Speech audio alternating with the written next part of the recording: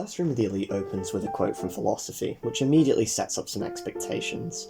It's been a little while since I last discussed an anime that I think is genuinely brilliant, so let's once again swap genres from harem to suspenseful thriller, as I guide you through one of my favourite underrated anime that has a large shadow looming over it. Have you interested? Good, because here's why I think you should consider watching Classroom of the Elite.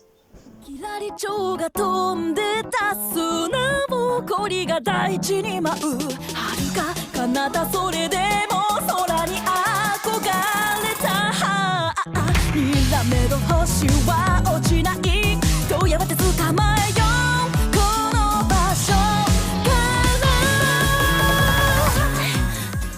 Classroom of the Elite is a show that I think is in a particularly weird limbo. I put underrated in quotation marks at the start of the video for a specific reason. A lot of people have indeed seen Classroom of the Elite, and plenty of them think it's good. However, for an odd reason, it never ends up being given the spotlight it so deserves. I'll get more into the public consensus for this anime later, as it's a particularly interesting topic that I brought up earlier, but I wager that a lot of people who've missed out on the show would enjoy it, as it seems to have gone under people's radars, especially if you've more recently gotten into anime. In a standard video, I'll never usually talk about individual episodes for a myriad of reasons, mainly due to it being an unfair representation of the show as a whole, and of course for the sake of mitigating spoilers. However, I'm going to briefly cover Classroom of the Elite's first episode, which I believe to be the perfect opening for the series, and one of the most captivating first episodes I've seen in an anime thus far. Classroom of the Elite's first episode is an example of perfect setup. We open with the aforementioned quote, and are introduced to our protagonist Kiyotaka Ayanokoji, who's travelling by bus to his new school. This opening sequence perfectly establishes his character as a loner type, but also to an extent an intelligent person. This opening was very reminiscent to Origairu's, which features a condescending and skepticism-filled speech about the idea that youth is a lie. What I find great about this sequence is that it doesn't overwhelm you with its muted tone, and it doesn't require you to have any knowledge or opinion on the narration about how you act in public, which makes the scene itself perfectly accessible and not melodramatic. It doesn't make Ayanokoji sound arrogant, nor does it make him seem like he's going through a loner phase of Bart Simpson edits and edgy Shadow the Hedgehog memes, something that can kind of be lacking from anime that have an archetypal smart character. Think Death Note when Light melodramatically exclaims to the world he's going to eat a potato chip. Through this scene we're introduced to a few of the key players of the story, and their interactions here set up a dynamic that we'll be following. For example, a delinquent here refuses to give his seat to an old woman, whilst a cheery and extroverted girl offers assistance in trying to help find a seat. Yet our protagonist and another girl sit silently and merely observe the situation. This becomes the basis for the bizarre and captivating dynamic between Harikita Suzune and Kiyotaka Ayanokoji, and the bus pretty much a metaphor for the series. Human beings don't cooperate willingly when forced to adapt because of our differences. The school they're travelling to is the Tokyo Metropolitan Advanced Nurturing High School, which being called that I will never refer to by name again. This school is meant to house the best and brightest Japan has to offer, guaranteeing opportunities after graduation. Such a school existing will obviously mean that there's an order to things, and hierarchy will play an important role. This setting is almost used ad nauseum, and will be familiar if you've seen my Kakegurui video or the show itself. Whilst not new here, it is indeed serviceable. The rest of the episode focuses on establishing the setting as a utopia, and the dynamic between Harikita and our main character, which will leave you probably thinking that you've seen this kind of dynamic a million times before, and may even give you the impression that this is some sort of crack romance anime. But in the episode's final minutes the illusion begins to crack, and the facade falls away, something that has been subtly hinted at so far. The school goes from being a bright utopia to shots where colour is greyed out, and there's a palpable oppressive atmosphere, whilst closing out with a track that perfectly encapsulates the hype behind the show.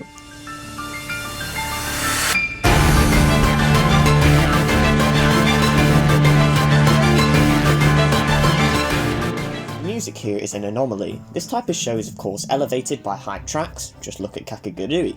That isn't the anomaly. What is its composer, Ryo Takahashi, who is relatively unknown, and whose other most notable work I'd say would probably be Citrus, an anime vastly different to Classroom of the Elite in many factors. The show has a much different tone, among other things. Just take a listen.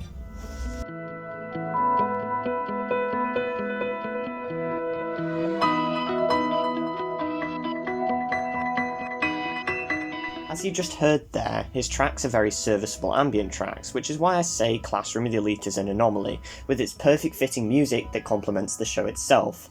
It amplifies moments that can get just as tense and exciting as a beautiful shonen fight in all of its spectacle. So then, with unique characters, a generic but interesting setting, good music, and being a brilliant thriller, where has the hesitance to recommend the show come from, and what are its criticisms? I mentioned earlier that Classroom of the Elite is stuck in a limbo. Season 1 ends very strongly, with a plot hook that would usually guarantee a Season 2 and hype all of its fans. The problem being, there is no Season 2. The mainly agreed reason for this is the nature of the show being an adaptation of a series of light novels, and many argue that it's poor. One argument I see brought up is the lack of monologuing from the main character, as is usually the case with LN to anime adaptations, leading some people to believe him to be boring. This leaves the show in an awkward position and has turned many away. Reading the source material myself, the complaints are somewhat valid, but very over-exaggerated. The anime plays around with the order of events and what characters get screen time and when, but that's usually the case for adaptations and doesn't really weaken the show nearly as much as people tend to make it out to. I know I've not covered everything about what makes the show so compelling, but I wanted to keep this relatively short, concise, and not spoil all of the characters and plot points that make the show and its dynamics so interesting to watch. So if you have the willpower to accept that there may never be a Season 2, and are looking for something unique and interesting to start watching, I think Classroom of the Elite might just be for you, and that's why you should consider watching Classroom of the Elite. Thank you for watching. As of writing this script, we just hit 20 subscribers, so thank you for all of your support. I didn't experiment as much with this video apart from some of the editing, but I am planning to hopefully make improvements to the videos as we go along, so thank you all for sticking with me. I recently also opened up a Twitter account for the channel as well, so if you want updates or just to connect with me, you should follow over there.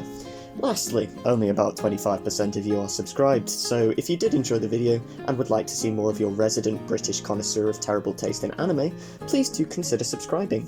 Thanks a ton as always, and I will catch you later.